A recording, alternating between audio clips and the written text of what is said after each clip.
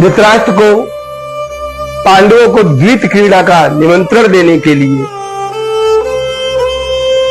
प्रोत्साहित करते हैं कि आप पांडवों को द्वित क्रीड़ा का निमंत्रण दें। वे आए और हमारे साथ द्वित खेले।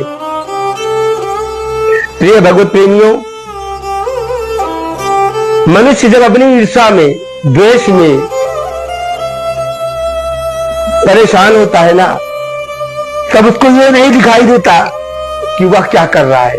पाप और पुण्य के सभी भेद टूट जाते हैं उसके जीवन में और वह केवल अपनी इच्छा कामना की पूर्ति के लिए उन सभी दुष्कर्मों का, उन सभी दुष्मार्गों का गमन कर लेता है जिससे निश्चित एक दिनों पतन को प्राप्त होता है। आज वही दशा शकुनी के कुचक्रों में फंस के दुर्योधन की हो रही है। धृतराष्ट्र पुत्र मोह में पड़ के विदुर के लाख मना करने पर, लाख समझाने पर कि इसमें अवश्य शकुनी की कोई चाल है, ये सामान्य कोई द्वित का निमंत्रण नहीं है, परंतु पुत्र मोह धर्म मोह से, राष्ट्र मोह से बड़ा हो गया। धृतराष्ट्र ने पांडवों को बुला भेजा। पांडवों के पास सूचना पहुंचती है। सूचना लेके जाने वाला कोई और नहीं, धृतराष्ट्र का सारथी।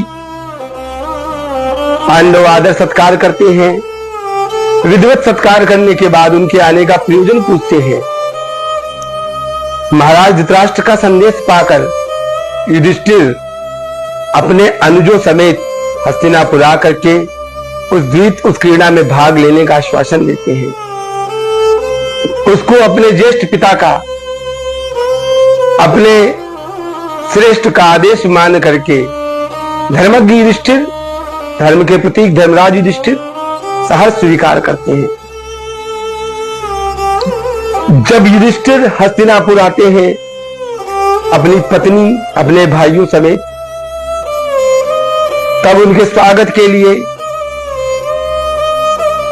सभी कुरु कुमार, दुर्योधन, दुशासन, शकुनी, कर्ण, विकर्ण अग्रसर होकर स्वागत करके उनको द्वित मंडप तक लेके आते हैं। रजस्वला होने के कारण रानी द्रौपदी शयन कक्ष में चली जाती है। भगवत प्रेमियों, द्वित शुरू होता है, द्वित शुरू होता है और द्वित क्रीड़ा भवन में शकुनी अपने मनमाने तरीकों से बेईमानी करते हुए अनेक तरीके से पासों को नियंत्रित करते हुए पांडवों की भूमि, धन, रथ, गज, सेना, अपितु उनके वस्त्र मुकुट तक जीत लेता है। दुर्योधन एवं अन्य कुरु कुमार, कर्ण, विकर्ण, अश्वत्थामा सब हर्षोल्लास से उस द्वित भवन में नाचने लगते हैं। वही पितामह भीष्म, द्रोणाचार्य, कृपाचार्य, विदुर आंखों में आंसू लिए हाथ मलते हैं।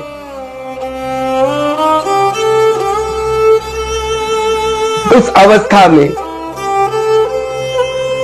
यदि वह हाथ मलने के बजाय इसका पुरजोर विरोध करते तो शायद वह घटना न घटती जब भारत वंश की मर्यादा द्वित क्रीड़ा में हार और जीत के मध्य तार तार अपमानित होती। उनका मौन, उनका हाथ मलना उस घटना को निमंत्रण देने जा रहा था, जो घटना युगों युगों तक इतिहास में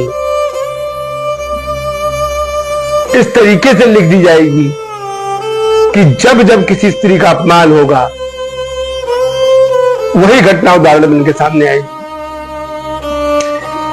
प्रिय भगवत प्रेमियों, हारा हुआ युधिष्ठिर, धर्मज्ञ युधिष्ठिर अपने भ्राताओं के साथ निराशा के सागर में बैठा पसीने से लथपथ, भूमि की तरफ दृष्टि करके पीड़ित भाव से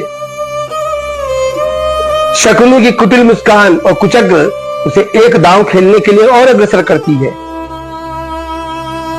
हे भगवत प्रेमियों, उस दांव में युधिष्ठिर के पास बचा कुछ था नहीं लगाने के लिए, पर कुटिल शकुनी ने उस दांव में पंच कन्याओं में विभूषित यज्ञ जन्मा भगवान कृष्ण की सखी पांचाली द्रौपदी को दांव में लगाने के लिए कहा। काल चक्र ने,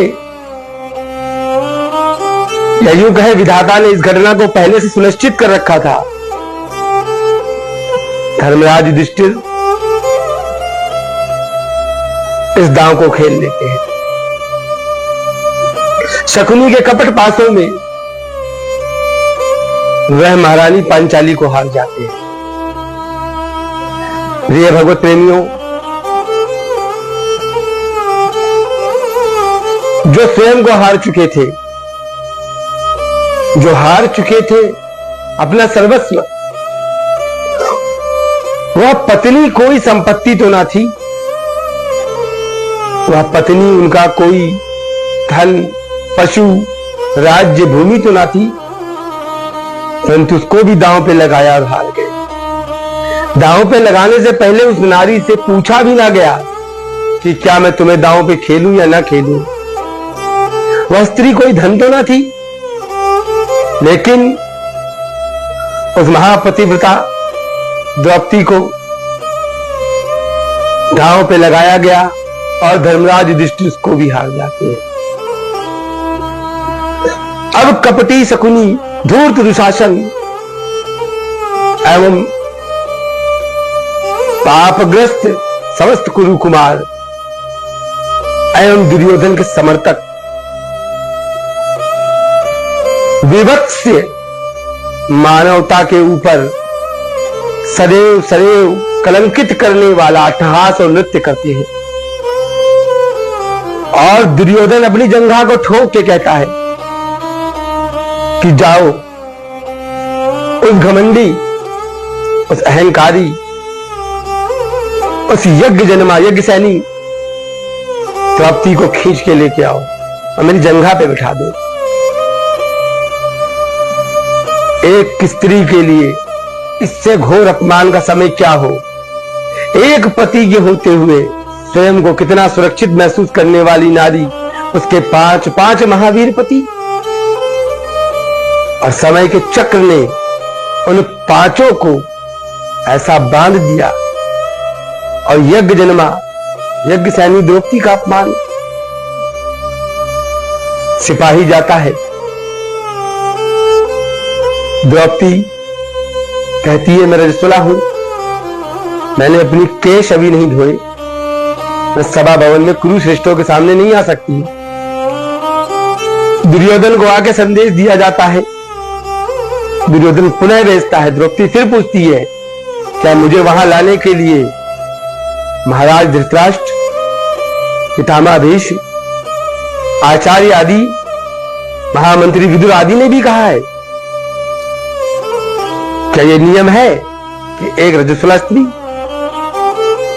पुरुषों के दरबार में आए?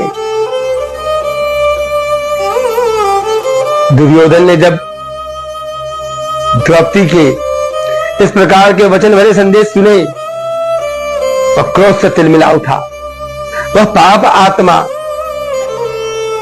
दुशासन को आदेश करता है कि जाओ, बालों से पकड़ करके उस अभिमानी को,